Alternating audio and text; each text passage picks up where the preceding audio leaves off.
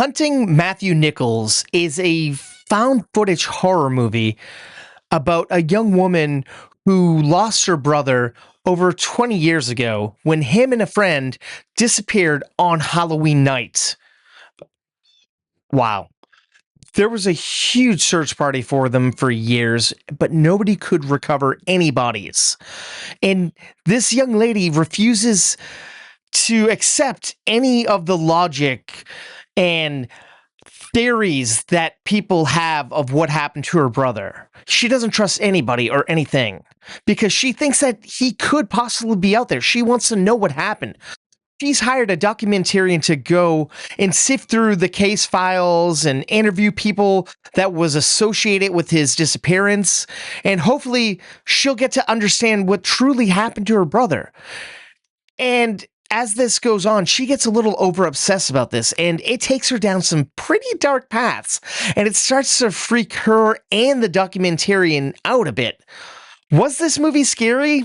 Not necessarily. However, just because it's tame doesn't mean it's bad. It's rated R. It plays a little bit more like a true crime missing person style documentary.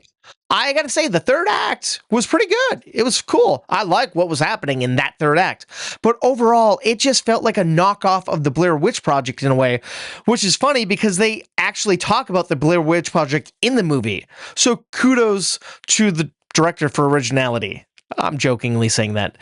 It's smart. It's not a knockoff. I gotta say, the casting in this movie was pretty spot on. Most of these people look like and sounded like regular, plain people that you'd find in a small town. They didn't look like they were Hollywood A-list beautiful people. They looked relatable. Now, I gotta say, the shots for this movie were stunning. This takes place on Vancouver Island. It's like a decent-sized island with a huge forest. That's where the boys got lost. And the shots that they get of this island in the forest are breathtaking. I don't know if it's stock footage, but it looks stunning. And the score is really, really good. I was surprised by that. It's really good, the score. And the talking head stuff of like the sister talking in front of a blue screen to the camera, that looked lush. It looked good. I gotta say, I'm mixed on the acting, okay? Some of the actors were really good, and other actors were like subpar, overacting, and it just kind of came and went in ebbs and flow of like believable acting and mediocre acting. Like, it came and went. It felt realistic. It felt grounded. But it just felt a little bit forced, just slightly, not too much, just enough to say, cut it down a bit. This movie's under an hour and a half. And unfortunately, I feel like it could have played better as a short film or like a slightly longer short film, like 35, 40 minutes, because there's just not a lot happening. I feel like they were treading water for a little bit watching this. But I gotta say, this is very reminiscent of the found footage movie that came out not too long ago called Shelby Oaks. But this, in my opinion, was night and day better than Shelby Oaks. Both feel like they were low budget horror movies, but the execution here feels a little more solid, a little more masterful.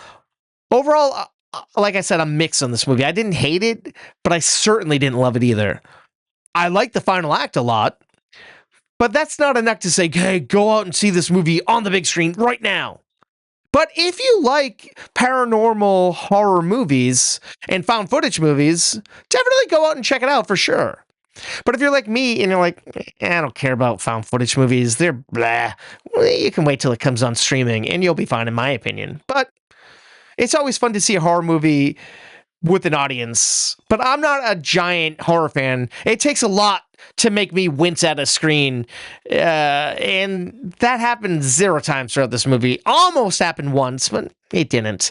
But if you saw Hunting Matthew Nichols and you disagree with me or agree with me, why not let me know what you think about this movie in the comment section down below. And if you like this review, why not do yourself and me a favor by hitting like and subscribe to stay in the loop, because I'm putting out daily videos right here on this platform. And if you like pop culture podcasts, I have one. It's called Movie Toast, News and Reviews, and it's available wherever you get your podcasts. Thank you, and please stay toasty.